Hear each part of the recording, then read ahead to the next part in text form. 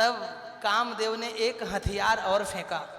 याद रखना, आपको अगर जीतने के लिए कोई आपके पास आए तो उसके पास सबसे बड़ा हथियार है आपकी प्रशंसा।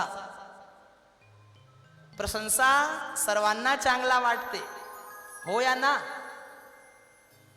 आपली प्रशंसा सर्वांना चांगला वाटते, पण ज्या माणसाला आपली प्रशंसा चांगली वाटत आहे, समजून घ्या, ते थोड्या वेळामध्ये फसणार. कारण समोरचा माणूस कोणाचा प्रशंसा असे नाही करत. जर त्याला काही गोष्टीची गरज राहते तरीही तो प्रशंसा करते.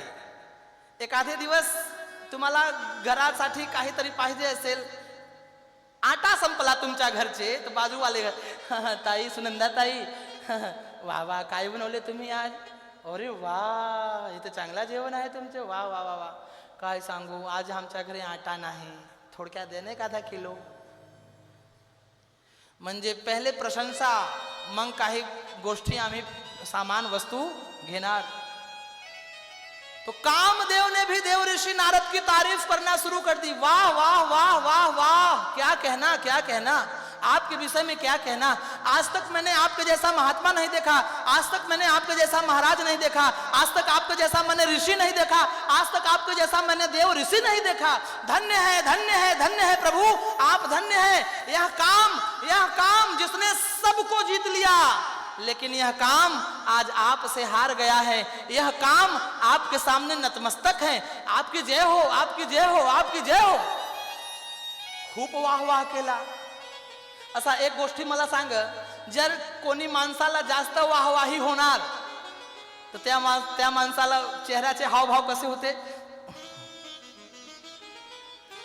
नाही तसं नाही बाप्पा, मला होते की नाही होते. आपली प्रशंसा सर्वांना चांगला वाटते. तर देवऋषी नारद ही तसंच झाला.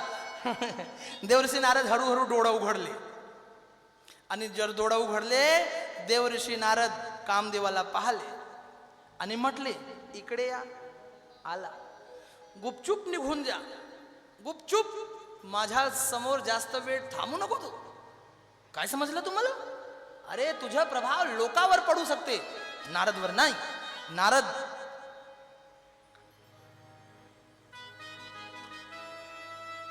काही असं तसं नाही आहे. नारद म्हणजे नारद, ज्यांच्यावर कोणीही प्रक्रिया केला जाय ते झाले रद्द, म्हणून त्यांचे नाव आहे नारद. जे कोणीही गोष्टी करे आणि त्यांची गोष्टी कधी रद्द ना झाले, म्हणून त्यांचे नाव नारद.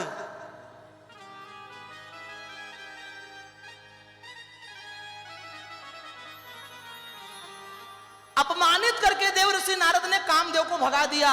तो जाते जाते कामदेव ने कहा, जाते जाते कामदेव ने कहा कि देवऋषि नारद, आज तो मैं अपमानित होके जा रहा हूं, आज तो मैं पराजित होके जा रहा हूं, लेकिन मौका मिलेगा तो मैं वह काम करूंगा कि तुम किसी को मुंह दिखाने लायक नहीं रहोगे. और महाराज उसी दिन से कामदेव देवऋषि नारद के पीछे पीछे घूमने लगा, मौके की तलाश में. और पराजित दुश्मन तो मौका ढूंढता रहता है बदला लेने के लिए, कब मौका मिले तो कब बदला ले.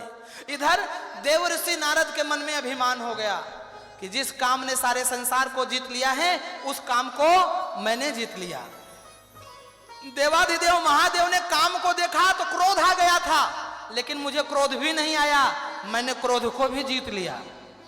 और तो और मुझे ना तो देवराज इंद्र के गद्दी का भी लोभ है, तो ना मेरे अंदर काम है, ना मेरे अंदर क्रोध है, और ना मेरे अंदर लोभ है. मी तिघ जिंकले, मैंने तीनों को जीत लिया. और बस इसी बात का अभिमान की माझ्यासारखे कोणीच नाही. मी काम जिंकलो आहे, मी लोभ जिंकलो आहे, मी क्रोध जिंकलो आहे, माझ्यासारखे कोणीच नाही. हेच अभिमान मनात ठेवून देवऋषी नारद महादेवकडे आले. या सांगायसाठी की तुम्ही तर काम जिंकले, क्रोध नाही जिंकलू शकले, पण मी तुमच्याशी एक कदम समोर गेले, वर गेले. मी काम ही जिंकले, क्रोध ही जिंकले. और पहुंचे महाराज भगवान शंकर जी के पास। शंकर जी ने देखा कि संत आए हैं, तो शंकर जी ने उनका स्वागत किया। आइए महाराज आइए, आपका अभिनंदन है, स्वागत है। आसन पर बिठाया, इसलिए कि संत आए हैं, कथा सुनाएंगे। लेकिन नारद जी ने भगवान की कथा नहीं सुनाई, काम कथा सुनाया। महाराज मैंने काम जीत लिया, मैंने क्रोध जीत लिया, मैंने लोभ जीत लिया। तो शंकर जी ने कहा महाराज तुम्ही मला हे कथा सांगू नाही। काऊन महाराज कथा चांगली नाही का? नाही खूप चांगली आहे, पण आम्हाला रामाची कथाची गरज आहे, कामाची कथाची नाही। आता तुम्ही मला एक गोष्ट सांगा, जर रामाची कथा होणार तर तुम्ही सगळे ऐकणार, पण जर मी माझी कथा सांगू लागणार तर तुम्ही ऐकणार का? भगवान शंकर म्हटले की आम्हाला रामाची कथाची गरज आहे, कामाची कथाची नाही।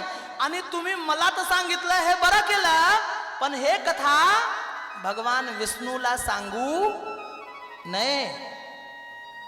नारदजी म्हटले नाही सांगणार, पण जर कधी चर्चा झाली तर? भगवान महादेव म्हटले जर चर्चा झाली तर गोष्टी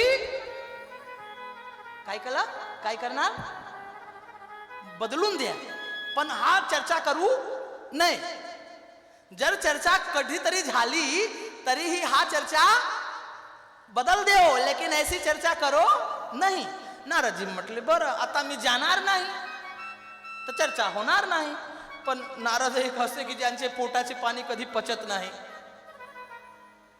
एक दिवस देवऋषी नारद स्वतःचे मनामध्ये गोष्टी करते करते भगवान विष्णु जी के पास पहुंचे। तो भगवान विष्णु ने नारद जी को दूर से देखकर प्रणाम किया, बोले आइए देवऋषि आपका स्वागत है। और नारद जी भगवान विष्णु को प्रणाम करने के लिए उनके चरणों में झुके, तो विष्णु जी ने कहा हाँ हाँ प्रणाम मत करो, प्रणाम मत करो। हरस मिले उठी रमा निकेता। भगवान विष्णु ने देवऋषि नारद को अपने गले से लगा लिया। जब अपने गले से लगा लिया तो नारद जी मन ही मन सोचे कि अब तक तो हम आते थे, आतापर्यंत आम्ही येत होते तर पायाखाली बसत होते, आज देव मला आपल्या हृदयात लावले, गळ्यात लावले, म्हणजे आम्ही मोठं माणूस झालो। आता माझा जाग पायावर नाही, यांच्या हृदयात आला, म्हणजे गळ्यावर आला, खांद्यावर आला। आता मी यांच्या मित्र सारखे झालो। तो नारद जी एक चटाई लेकर थोड़ी दूर बैठने लगे। भगवान विष्णु ने कहा हाँ हाँ हाँ तिकड़े नको, तिकड़े नको। बैठे आसन ऋषि समेता। भगवान विष्णु ने देवऋषि नारद को अपने गद्दी पर बैठाया, अपने बराबरी में बैठाया। तो नारद जी के मन का अभिमान और बढ़ा की आतापर्यंत मी खाली बसत होते, आत देवा मला आपला बराबरी मध्ये बसवले, म्हणजे मी मोठा माणूस झालो। तो भगवान विष्णु विचारले कि देव देव महादेव कुत आज्ञमते तात किमर्थिह जागृत धन्यस्त्वं मुनि शार्दूल तीर्थोहम तू तवागमत। भगवान विष्णु ने कहा महाराज कहां से आ रहे हो, इतने दिनों तक कहां थे? तो नारद जी ने कहा महाराज शंकर जी ने मना किया था कि सांगू नको, पण नारद जी ने कह दिया कि महाराज मी काम जिंकले, मी क्रोध जिंकले, मी लोभ जिंकले, आता माझ्या सारखे कोणी नाही। तो भगवान विष्णू ने कहा की कोणाचं नाव घेऊन तुम्ही हे सगळे जिंकल्या? तर आता नारद विचार पडू लागले की मी नाव तर यांचंच घेत होते, आता काय सांगू। तो नारद काहीतरी सांगितले, याचे पहिले भगवान विष्णु सांगितले हाँ हाँ क्यों नहीं जीत जाओ, तुम्हारे ही सुमिरन ते मिटे मोह मार मदमान। अरे महाराज आप संत हैं, आपके स्मरण से तो काम क्रोध लोभ सब नष्ट हो जाते हैं महाराज, आपके लिए काम जीतना कौन सी बड़ी बात है। तो नारद जी ने सोचा कि चलो ये मामला तो रफा दफा हो गया, बताना नहीं पड़ा। तो महाराज अब जाना कहाँ है? नारद जी बोले महाराज मुझे जरूरी काम है, इसलिए मुझे तैयारी से जाना है। नारद जी तुरंत निकले और भगवान विष्णु के यहाँ से चले गए। तो भगवान विष्णु ने माता लक्ष्मी जी से कहा, देवी देख रही हो देव ऋषि नारद का, इनके मन में कितना बड़ा अभिमान हो गया है। लक्ष्मी आई मटली, महाराज बोलू नको तुम्ही, अभिमान तुम्ही वाढवले। अरे ते पाया पडत होते तर पडू दिला होता, आपल्या गळ्यात लावायसाठी काय गरज होती तुम्हाला? खाली बसत होते तर बसू दिला होता, आपल्या आसनवर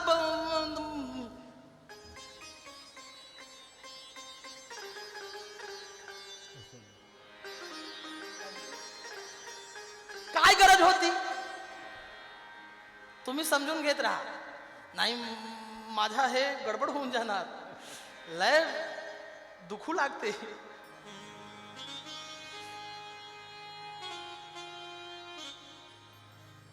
तो भगवान विष्णु जी ने कहा, देवी मैंने नारद जी का अभिमान बढ़ाया नहीं है, मैंने नारद जी को दवा दी है, औषधि दी है। क्या हो गया है नारद जी को जो आपने औषधि दी? विष्णु जी ने कहा, इनके मन में अभिमान का फोड़ा हो गया है। तो फोड़ा हो गया है तो ऑपरेशन कर देते। विष्णु जी ने कहा कि जब फोड़ा छोटा सा था तब इन्होंने एक डॉक्टर को दिखाया था, डॉक्टर ने एक खुराक दवाई दी थी, लेकिन इन्होंने दवाई खाई नहीं। वो दवाई की खुराक ये थी कि मुझे तो बता दिया लेकिन उनको मत बताना, लेकिन ये दवाई इन्होंने खाई नहीं, दवाई फेंक दिया। अब फोड़ा ज्यादा बड़ा हो गया है तो परेशानी हो रही है इनको। तो ये बड़े डॉक्टर के पास आए हैं, तो बड़ा डॉक्टर तो पूरी तरह से जांच पड़ताल करने के बाद ही गोली देगा।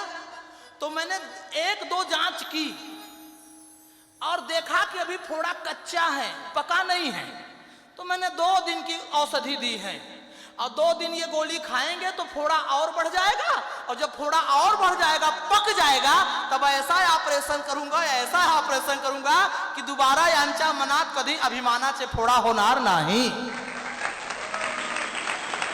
अब देखो महाराज, देव ऋषि नारद आगे बढ़े तो आगे अमरावती नाम का शहर में राजा शीलनिधि, और राजा शीलनिधि की कन्या विश्वमोहिनी स्वयं माता लक्ष्मी जी के रूप में, और उन्हीं माता लक्ष्मी जी से ब्याह करने जा रहे हैं। कौन? देव ऋषि नारद। नारद जी को ब्याह की चिंता सताई। जैसे ही विश्वमोहिनी को देखा तो नारद जी विश्वमोहिनी के सुंदरता में ऐसे पड़े कि पूछो मत। अच्छा क्यों पड़े? मनात आला लोभ। कसाचा लोभ आला? जेव्हा हे विश्वमोहिनीचे हात पाहिले तर हातात लिहिला होता की आता प्रेझेंट मध्ये, वर्तमान मध्ये जे तिघान लोकांचा मालिक आहे, जे 14 भवनचे मालिक आहे, जे अजर आहे, अमर आहे, ज्यांना कोणी जिंकू शकत नाही, त्यांना सोबत ह्या कन्याचं लग्न होणार असा लिहिला होता। पण नारद जी काय पढ़ले कि हा कन्या ज्यांना सोबत लग्न करणार तो माणूस अजर आणि अमर होणार, तो माणूस तिघा लोकांचा मालिक बनणार, तो माणूस 14 भुवनचा मालिक बनणार। तर नारद आता विचार मध्ये पडले की मी देवाचे गलात लागून गेले आहे आणि मी देवाचे गादीमध्येही बसून गेले आहे, बराबरीमध्येही बसून गेले आहे। जर हा मुलींसोबत माझा लग्न होऊन गेला तर मीही भगवान बनून जाणार। देव ऋषी नारदचे मनात आता भगवान बनायची आला लोभ। आता कन्या पाहले तर आला होता काम, कन्या पाहल्यानंतर भगवान बनायची आली लोभ। आता थोडा वेळ तुम्ही ऐकणार, जर लोभ पूर्ण नाही झाला तर तुरंत लगेच तिसरा येणार क्रोध। हे तिघ सोबत चालते, पहले एक आता, नंतर एक आता, नंतर एक आता। तो आखिरकार महाराज नारद जी ने सोचा कि ये कन्या बड़ी रूपवान है तो मैं भी रूपवान बन जाऊं तभी मेरा विवाह होगा। तो अब नारद जी ने सोचा कि रूपवान बनने के लिए जाऊं तो जाऊं तब नारद जी ने भगवान विष्णु का ध्यान किया है कि हे प्रभु, मैंने जिंदगी भर आपकी तपस्या की है, जिंदगी भर मैंने आपकी आराधना की है, कोई न कोई रूप से आप मेरा विवाह करवाओ। तो भगवान विष्णु ने कहा क्या चाहते हो? तो नारद जी ने कहा महाराज मैं ब्याह करना चाहता हूँ। तो विष्णु जी ने कहा बताइए, मेरे लायक कोई सेवा हो तो बताइए। नारद जी ने कहा महाराज एक सेवा है, आप मुझे अपना रूप दे दो। भगवान ने कहा वाह, रूप हामच आणि लगन तुमच नाही बा, मला विचार करू द्या। गाडी आमच्या नावावर, तुम्ही तिकडे घेऊन गेला, ऍक्सिडेंट झाला तर तुम्ही तर भागले, पोलीस तर आमच्याकडे येणार, नाव आमचं आहे, मी तुम्हाला माझा रूप देऊन देणार, तिकडे तुम्ही काय उलटा सीधा काम केले तर तुम्ही तर भागल्या, बदनामी तर माझी होणार, फसणार तुम्ही, मला विचार करू द्या। भगवान विचार करू लागले तो नारद जी सोचले कि कहीं ऐसा ना हो कि इनके विचार करने के चक्कर में उधर बाजी कोई और मार ले जाए, हम ऐसे के ऐसे रह जाएं। तो नारद जी ने कहा महाराज विचार मत कीजिए, जिसमें मेरा हित हो वह काम कीजिए। विष्णु जी ने कहा बस बस, हित नहीं, अब जिसमें तुम्हारा परम हित होगा मैं तुम्हारा वह काम करूंगा। तो नारद जी बनने आए थे सुंदर, लेकिन भगवान ने उनको बना दिया बंदर। और बंदर बन गए तो बंदर जैसा काम होने लगा। आए विवाह मंडप में, विवाह मंडप में आए तो क्या देख रहे हैं कि सभी ऋषि मुनि, सभी भगवत भक्त लोग, सभी ज्ञानी ध्यानी अमलात्मा बिमलात्मा, हंस परमहंस, राजा महाराजा राजकुमारी से विवाह करने का इच्छा लेकर राजकुमारी के रूप में मोहित होकर वे सब के सब सौंदर्य सर्वनारीणाम प्रियम भवती सर्वथा, उस विश्व मोहिनी की सुंदरता को देखकर सबके सब विवाह करने की उम्मीद लेकर आए थे। और नारद जी भी बंदर बनकर पहुंचे, खूब उछले कूदे, लेकिन विवाह नहीं हुआ। फिर थोड़ी देर में भगवान विष्णु आए, मनुष्य का रूप धारण करके दरबार में खड़े हो गए, और विश्व मोहिनी ने माला भगवान विष्णु के गले में डाल दिया, और विश्व मोहिनी का हाथ पकड़कर भगवान विष्णु चल पड़े। और वही शंकर जी के दो गण खड़े थे। दोनों गणों ने नारद जी से कहा महाराज बड़ी देर से आप उछल कूद कर रहे थे, लेकिन हाथ कुछ नहीं आया। नारद जी ने कहा मी सुंदर दिसते नाही का? गण म्हटले सुंदर? बंदर। अरे आता नारदच्या मनात आला क्रोध की मी त्यांनाकडे सुंदर बनासाठी गेले होते, ते मला बंदर बनवले। समझते क्या है अपने आप को? अच्छा, अब भगवान के ऊपर क्रोध आया, बाद में दोनों गणों के ऊपर पहले क्रोध आ गया, दोनों गणों को श्राप दे दिया कि जाओ तुम दोनों राक्षस बन जाओ। अब नारद जी भगवान विष्णु को ढूंढने लगे कि आज वे मुझे मिल जाए तो या वे रहेंगे या मैं रहूंगा, या वे रहेंगे या मैं रहूंगा। और रास्ते में ही भगवान विष्णु मिल गए, और मिल गए तो नारद जी के मन में बहुत क्रोध। और भगवान विष्णु को देखते ही नारद जी ने कहा हे हरे तुम महादुष्ट, हे हरे तुम महादुष्ट कपटी विश्व मोहन, परोसाहम न सहसे मायावी मलना से। अरे मायावी, अरे महादुष्ट, दिखने को आप इतने सुंदर दिखते हो, कहने को तीनों लोगों के मालिक हो, लेकिन मन में इतना कपट भरा है, मन में इतना क्रोध भरा है। मोहिनी रूप मादाया काम न कृत सुस्रा, मोहिनी रूप धारण करके दैत्यों को छल लिया, देवताओं को अमृत पिला दिया। समुद्र मंथन हुआ तो विष निकला तो महादेव को मिला जुला कर पिला दिया, और लक्ष्मी निकली तो खुद लेकर चले गए। और आज हमारे भी साथ तुमने वही किया। तुमने मेरे साथ जो किया है उसका फल तुम्हें भुगतना पड़ेगा। मैं तुम्हें श्राप देता हूं कि जिस स्त्री के लिए मैं व्याकुल हो रहा हूं उस स्त्री के लिए तुम्हें व्याकुल होना पड़ेगा, बन बन भटकना पड़ेगा। और जो तुमने मेरा रूप बनाया है वही रूप तुम्हारी सहायता करेंगे, और जो रूप धारण करके तुमने मुझे ठगा है यही मनुष्य का रूप धारण करके तुम्हें धरती पर अवतार लेना पड़ेगा। अब तो महाराज भगवान विष्णु एकदम चुपचाप, और थोड़ी ही देर में भगवान शंकर जी की कृपा से सारी माया हट गई। तो नारद जी ज्यों के त्यों, भगवान विष्णु और केवल देवर्षि नारद। अब नारद जी जैसे कोई सब सो रहा हो और सब सपना देख रहा हो और जाग जाए तो सब खत्म, वैसे ही देवर्षि नारद को आभास हुआ, अरे ये मैंने क्या कर दिया, मैंने भगवान विष्णु को श्राप दे दिया। और कान पकड़ने लगे, बोले हे प्रभु मेरी बाणी झूठी हो जाए, मेरी बाणी झूठी हो जाए, मेरी बाणी झूठी हो जाए। भगवान ने कहा मैं झूठी नहीं होने दूंगा, तुम्हारे लिए मैं धरती पर मनुष्य का रूप लेकर जाऊंगा। क्यों? क्योंकि तुम संत हो, तुम संत हो, और संत की वाणी अगर झूठी हो जाएगी तो संसार भर के लोगों का संत महात्मा के ऊपर से विश्वास उठ जाएगा। संत का श्राप और संत का आशीर्वाद भगवान को भी लगता है। यह बात सिद्ध करने के लिए मैं धरती पर अवश्य अवतार लूंगा, मैं धरती पर अवश्य जाऊंगा, ताकि धरती के इंसान को यह समझ में आए कि अगर संत का आशीर्वाद और श्राप भगवान को लग सकता है तो हम तो इंसान हैं, हमें भी संत का श्राप लग सकता है और संत का आशीर्वाद लग सकता है। इसीलिए अपने यहाँ मराठी भाषा में हरिपाठ जब करते हैं तो कहा जाता है धरावे संताची पाय, पाँव, संतों का पाँव पकड़ना चाहिए, संतों का चरण छूना चाहिए, संतों के सानिध्य में रहना चाहिए। संत के सानिध्य में हम जितना रहेंगे जिंदगी का उतना ही कल्याण होता है। जितना हम संत का पाँव पकड़ेंगे जिंदगी का उतना ही भला होता है। क्यों? क्योंकि संतों के चरण में सभी तीर्थ होते हैं। सर्व तीर्था नाम अमृत संतांची चरणन बसी। सभी तीर्थों का अमृत, सभी तीर्थों का जल संतों के चरणों में होता है। इसीलिए चरण धोने के बाद चरणामृत पिया जाता है। क्यों? क्योंकि संत एक जगह स्थिर नहीं होते, कभी काशी तो कभी वृंदावन, कभी हरिद्वार तो कभी रामेश्वरम, कभी महाकालेश्वर तो कभी केदारनाथ। इनके चरण हमेशा तीर्थों में भ्रमण करते रहते हैं। तो यह तीर्थों में आने जाने से इनके चरण पवित्र हैं। इसीलिए कहते हैं ना कि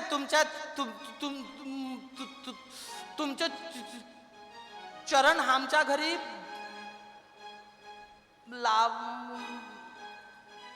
लाभला लागला तर हे आमच्या अहोभाग्य। अच्छा, तुम्ही चरण राजा लागता है